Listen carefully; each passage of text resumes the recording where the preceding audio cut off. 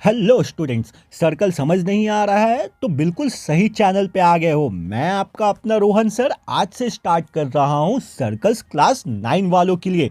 बिना कोई बकवास किए चलिए स्टार्ट करते हैं थ्योरम 10.1 एनसीईआरटी से।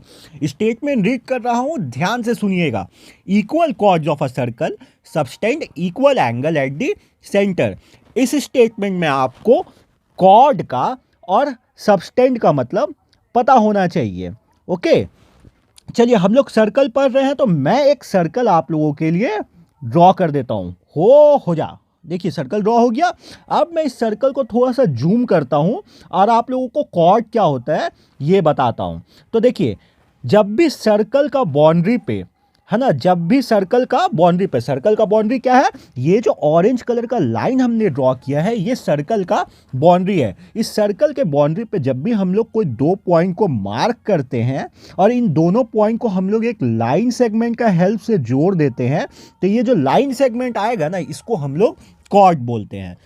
क्या बोल रहा हूं मैं, फिर से सुनिए। सर्कल का बाउंड्री पे अगर कहीं पे भी आप लोग दो पॉइंट मार्क करते हो और इन दोनों पॉइंट को आप लोग एक लाइन सेगमेंट का हेल्प से ज्वाइन करते हो, तो ये जो लाइन सेगमेंट होगा ना, इसी को आप लोग कॉर्ड बोलोगे। चलो, मैंने इस सर्कल में दो कॉर्ड ड्रॉ किए हैं, मैं इसको नेम कर लेता हूं। लेट सपोज ये ए बी है और नीचे वाला कॉर्ड हमारे पास सी डी है।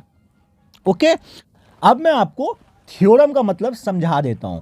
इस थ्योरम में हमें बोला जा रहा है, अगर हम लोग दो इक्वल कॉर्ड ड्रॉ करते हैं, ए बी और सी डी दो इक्वल कॉर्ड है जो कि सर्कल के अंदर हमने ड्रॉ किया है, तो ये जो सेंटर है, अगर ये सर्कल है तो इसका सेंटर होगा कहीं। लेट सपोज मैं इसको सेंटर मान लेता हूं, ठीक है। तो ये सेंटर पे ना इक्वल एंगल्स क्रिएट करेगा। तो देखो, ये जो दो कॉर्ड से सेंटर पे एंगल बनेगा ना, वो इक्वल होगा, हमें प्रूफ करना है। तो इसको प्रूफ करने के लिए हमें थोड़ा कंस्ट्रक्शन करना होगा। कंस्ट्रक्शन क्या करेंगे, हम लोग ए से इस सेंटर को ज्वाइन करेंगे, ठीक है। बी से हम लोग इस सेंटर को ज्वाइन करेंगे। उसके बाद हम लोग इस सेंटर से इस सी को ज्वाइन करेंगे। फिर इस सेंटर से हम लोग इस डी को ज्वाइन करेंगे। अब ये एक सेंटर है तो मान लीजिए इस सेंटर को मैंने अपना ओ नाम दे दिया है। ओके, अब देखो, ये ज्वाइनिंग के चलते हमारे पास यहाँ पे दो ट्रायंगल फॉर्म हो रहा है। पहला ट्रायंगल क्या है हमारे पास, ट्रायंगल ए ओ बी। दूसरा ट्रायंगल हमारे पास क्या है, दूसरा ट्रायंगल हमारे पास होगा ये ट्रायंगल सी ओ डी। तो हमें प्रूफ करना है ना कि ये एंगल ए ओ बी जो होगा वो इक्वल होगा इस वाले एंगल सी ओ डी का। चलिए अब हम लोग गिवन पार्ट लिखते हैं।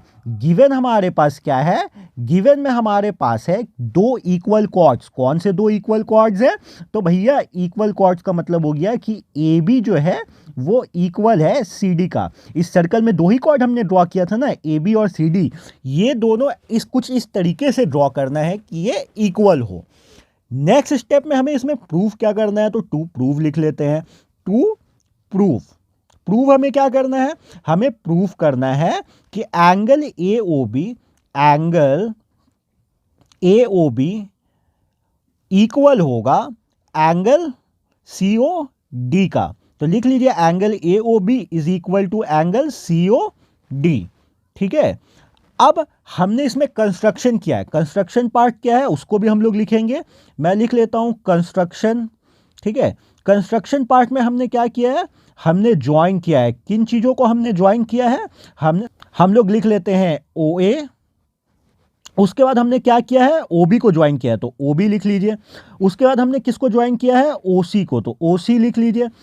और हमने किसको ज्वाइन किया है, हमने ओ डी को ज्वाइन किया है, तो हम लोग ओ डी लिख लेते हैं।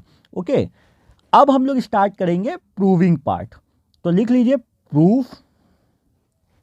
प्रूफ हम लोगों को फिगर में दो ट्रायंगल दिख रहा होगा, A O B and C O D.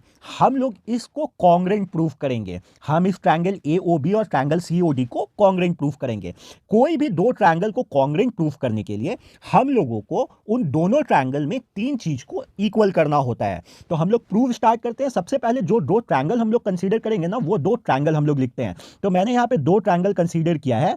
In triangle A O B, in triangle A O B and C O D, ठीक है, हमारे पास दो ट्रायंगल है ए ओ बी और सी ओ डी। ये दोनों ट्रायंगल में हम लोग कोई भी तीन चीज को इक्वल प्रूफ करने का कोशिश करेंगे। सबसे पहले देखो हम लोग ये लिख सकते हैं क्या, ए ओ जो होगा वो इक्वल होगा ओ सी का। ऐसा क्यों होगा भैया, क्योंकि देखो ये दोनों जो है एक ही सर्कल के रेडियस है, ओ ए भी रेडियस है और ओ सी भी रेडियस है और एक ही सर्कल का रेडियस है। तो इसलिए हम लोग लिख सकते हैं O A is equal to O C. Reason में हम लोग देंगे radii of the same circle. ठीक है, ये क्यों हो रहा है, क्योंकि ओ ए और ओ सी दोनों एक ही सर्कल के रेडियस हैं। नेक्स्ट में हम लोग क्या कर सकते हैं, नेक्स्ट में हम लोग लिख सकते हैं ओ बी जो होगा वो इक्वल होगा ओ डी का, है ना। ऐसा क्यों होगा, ऊपर वाला जो रीजन है ना, सेम रीजन हम लोग यहां पे भी लिखेंगे। अब देखो दो चीज तो हमने इक्वल प्रूफ कर दिया है, हमें तीन चीज चाहिए रहता है, तो हम लोग क्या लिखेंगे, हम लोग तीसरा रीजन लिखेंगे ए बी जो होगा ना भैया वो इक्वल होगा सी डी का। ऐसा क्यों होगा, क्योंकि देखो ये पार्ट हमारे पास जो था गिवन था। ठीक है, अब तीन चीजों को हमने इक्वल कर दिया है, ओ ए ओ सी का इक्वल है, मतलब दो साइड इक्वल है, ओ बी और ओ डी ये भी साइड है और ए बी और सी डी ये भी साइड है। अब हम लोग triangle A O B and triangle C O D को कॉन्ग्रुएंट बोल सकते हैं। तो लिख लीजिए इसको, triangle A O B, triangle A O B is congruent to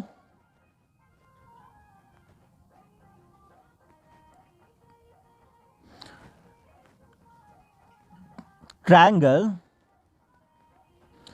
COD, है ना। ये दोनों ट्रायंगल क्या हो गए, कॉन्ग्रुएंट हो गए। जैसे ही ये दोनों ट्रायंगल कॉन्ग्रुएंट हुए आप सीपीसीटी से इनका जन्म कुंडली लिख सकते हो। तो मैं बाय सीपीसीटी लिखूंगा, बाय सीपीसीटी मैं लिख सकता हूं एंगल ए ओ बी जो होगा, एंगल ए ओ बी जो होगा वो इक्वल होगा एंगल सी ओ डी का। Okay, angle C O D का।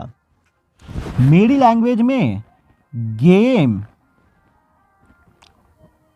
ओवर और आपकी भाषा में प्रूव्ड।